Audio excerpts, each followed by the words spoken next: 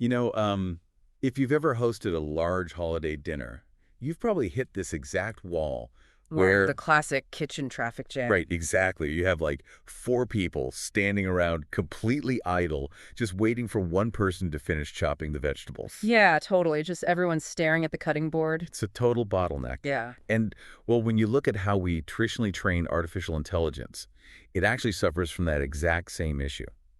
So today, on our Intellectually Curious Deep Dive, we're looking at this incredibly optimistic leap in AI efficiency. It really is a game changer. It is. It's called Mixture-of-Kittens, or MooCock, which is just a great name. It's this exciting breakthrough from Cursor Research that helps us train smarter AI way faster so we can, get back to solving humanity's biggest challenges. Yeah, getting the AI to do the heavy lifting for us. Exactly.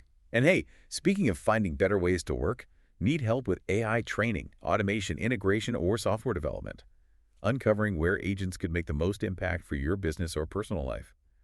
Check out embersilk.com for all your AI needs.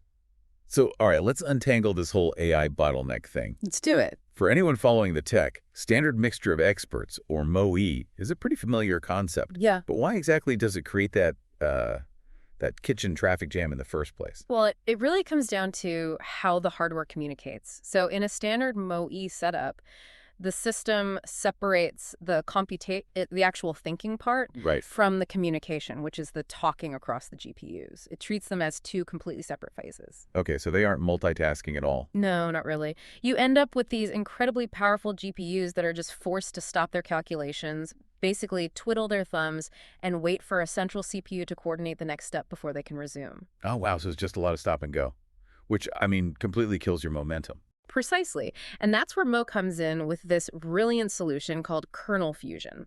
It's specifically built for these modern NVL72 architectures, which basically act like one giant unified GPU anyway. Okay. So Moke takes all that computation and communication and literally fuses them together into one single deterministic megakernel. A megakernel. That sounds intense. It's amazing. Instead of launching separate tasks and waiting on a CPU manager, the GPUs overlap the work right at the hardware level.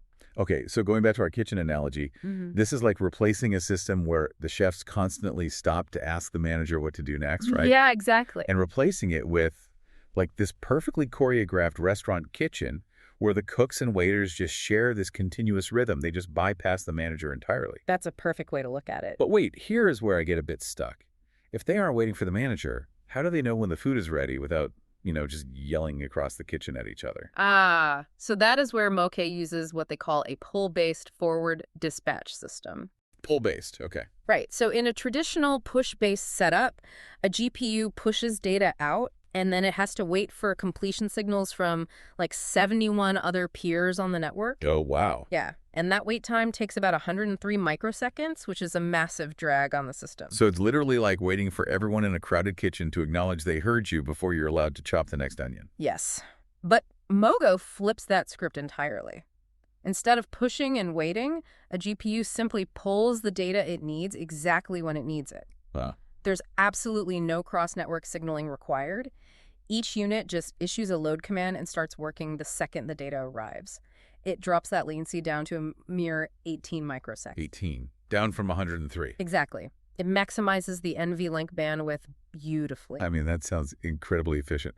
But let me push back a little here because AI traffic isn't always smooth, right? MOE traffic is notoriously unpredictable. It is. Yeah. Very bursty. Right. So if you have a sudden surge of data like a token flood, doesn't a pull system just grab too much at once and crash? How does it handle that without crawling back to the CPU to ask for, exact size memory boxes? That is honestly the most elegant part of the whole design. They use this thing called a macrobatch ring buffer. A ring buffer? Yeah. So instead of relying on the CPU to allocate perfectly sized memory boxes on the fly for those unexpected spikes, Moco uses a fixed size continuous loop of memory. Okay, but how does a fixed loop handle a sudden flood of unexpected data? Because it's constantly rolling. As one segment of the buffer gets drained for computation, the next segment is already filling up with new data. Oh, I see. So if a massive spike hits, the excess data just flows seamlessly into the next available slot in the loop. The GPU just keeps humming along, circulating through that buffer. So it never needs to pause and sync with the CPU to ask for more space. Never. It eliminates the CPU-GPU sync entirely. And because of that, it pushes MXFP8 forward throughput speeds up by like 2.37 times. That is incredible. It really accelerates the whole pace of human innovation. We can train vastly smarter models in a fraction of the time. It's so optimistic for the future of how we build these tools. And, it leaves you with a really fascinating final thought, I think.